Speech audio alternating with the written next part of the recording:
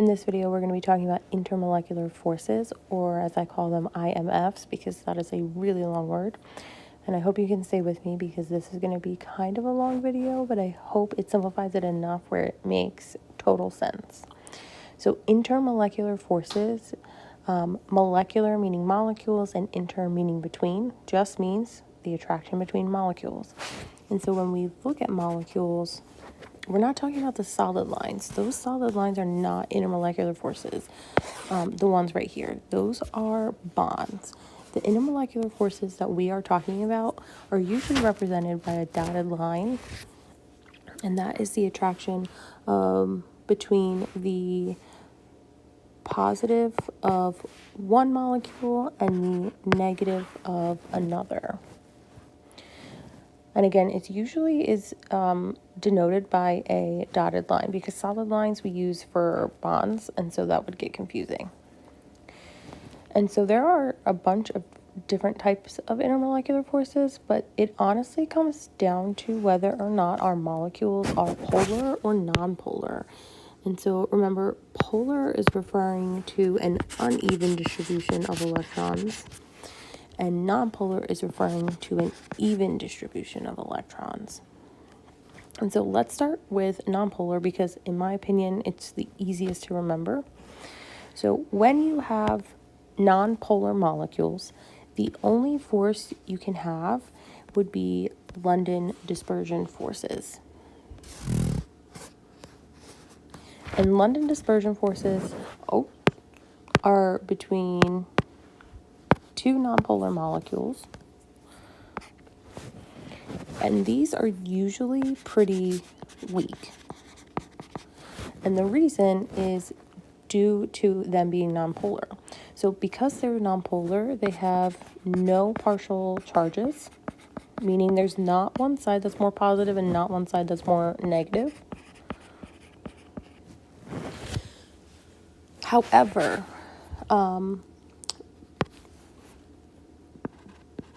for each one, they share electrons evenly. When they get close to each other, we know electrons repel. So if they repel each other, when another Cl gets close enough to a Cl of another molecule, what it will do is these electrons will push the electrons over here away.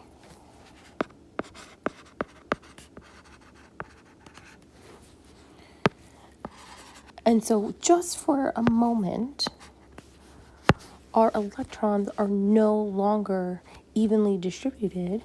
They are going to be more on one side of the molecule than the other. However, because the molecules are always moving, it will eventually go back to being neutral and nonpolar. So when those electrons are pushed away, it creates a temporary positive and temporary negative side, which is what we call the London dispersion force. So it is a temporary attraction caused by the movement of electrons. And remember, because it's temporary, that means it's very, very weak. Our other type that uses nonpolar is dipole-induced dipole. And so that is when you have something that is nonpolar, but also with something that is polar. Because polar molecules share electrons unevenly, they have a dipole. So they have one side that's partially positive and one side that's partially negative. When that polar molecule gets close enough to a nonpolar molecule, it will do the same thing that nonpolar molecules do to each other, but more intense.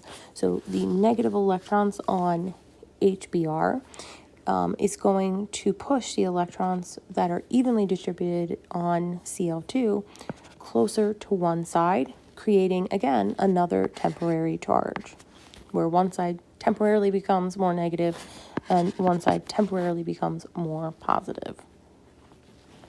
And so we call this dipole-induced dipole because dipole from the polar, induced meaning you're forcing it or causing it, like induced labor, you are forcing labor or getting it to start. So the dipole on the polar molecule forces the dipole on the nonpolar molecule, which is how we get the name dipole-induced dipole. And finally, let's get this box out of here. Oh, took away my text.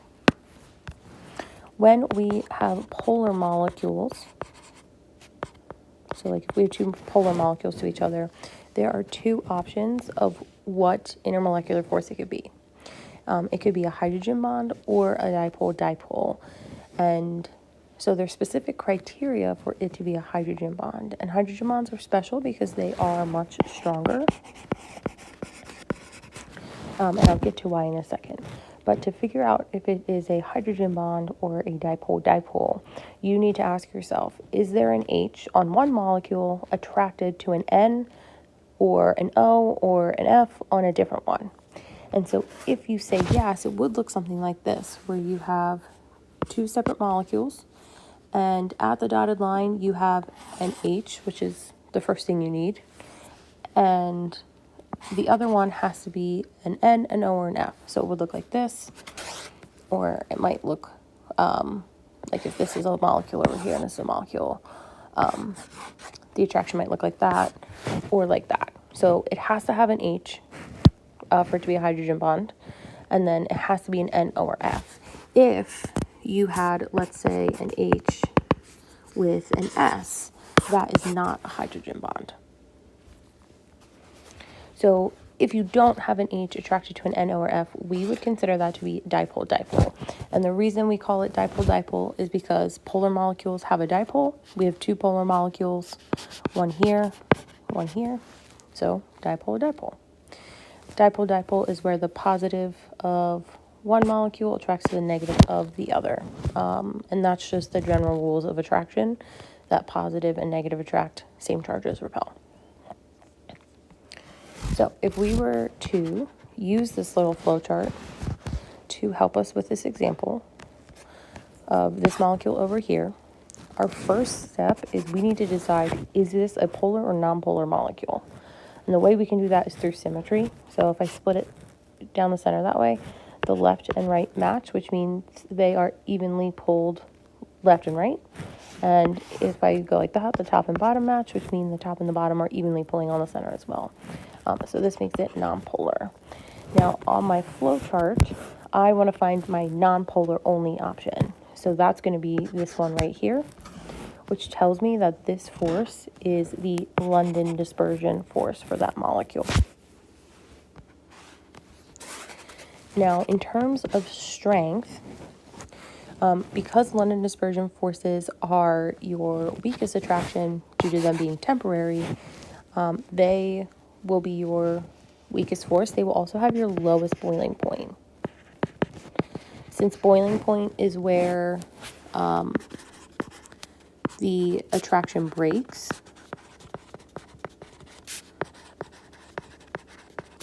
to go from liquid to gas, that's how we measure the strength of the attraction, is we need to break it in order to figure out how strong it is. London dispersion forces are very weak. It won't take a lot of energy, so they will have the lowest boiling point. As we go down this column of SpongeBob's, they get stronger. So induced dipole would be a little more stronger than London dispersion just because it has that polar molecule. Dipole-dipole would be stronger than that because they're both polar. Hydrogen bond would be one of the strongest. And the reason for this is because the H is attracted to N, O, or F. And those three are very special because they have a high electronegativity, which means they really want electrons. And because they really want electrons, when they get attracted to another molecule, they're going to have a strong attraction. It's going to take a lot of energy to break.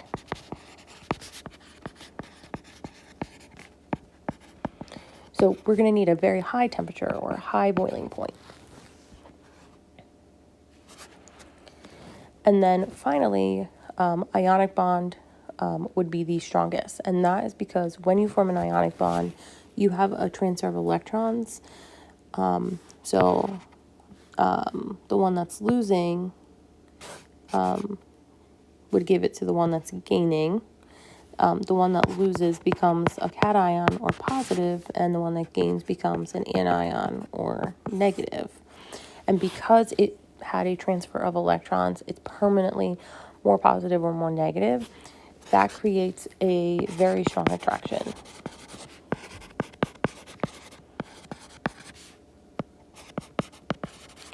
So things that are ionic, like salt, have some of the highest boiling points.